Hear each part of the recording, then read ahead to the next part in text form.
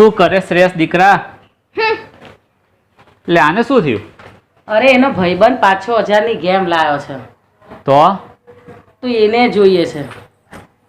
આ તો સગવડ થશે, આપણે લઈ આવીશું. પણ એને અત્યારે જ જોઈએ છે. હવે અત્યારે ક્યાંથી લાવવી? કઈ વાત નહીં, ટેન્શન ના લો, હું એને સમજાવીશ. અરે મમ્મી, પણ આપણે ક્યાં જઈએ છીએ? અરે પણ તું ચલ તો ખરો બેટા. આ જો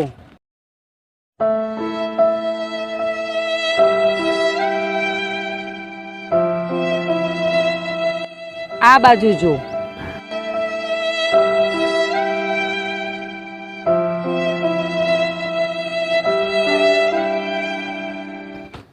પણ મમ્મી આનો શું મતલબ છે?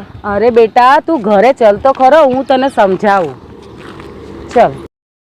મમ્મી તમે મને ત્યાં કેમ લઈ ગયા હતા? અરે કારણ કે તને એ વાતનો અહેસાસ થાય કે બધી વસ્તુ પૈસાથી નથી તોલાતી. એ લોકો પાસે મોશોકની કોઈ વસ્તુ પણ નથી, પહેરવા માટે કોઈ સરખા કપડાં પણ નથી, તો પણ એ લોકો કેટલા ખુશ રહે છે. અરે બેટા એ લોકોને 2 ટાઈમનું જમવાનું પણ ભાગ્યે જ મળે છે, અને તમે આવા ખોટા ખર્ચા કરીને મમ્મી પપ્પા સાથે બોલવાનું છોડી દો છો.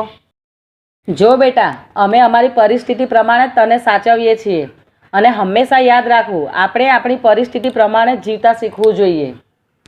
સોરી મમ્મી, હવે જીદ નહીં કરું.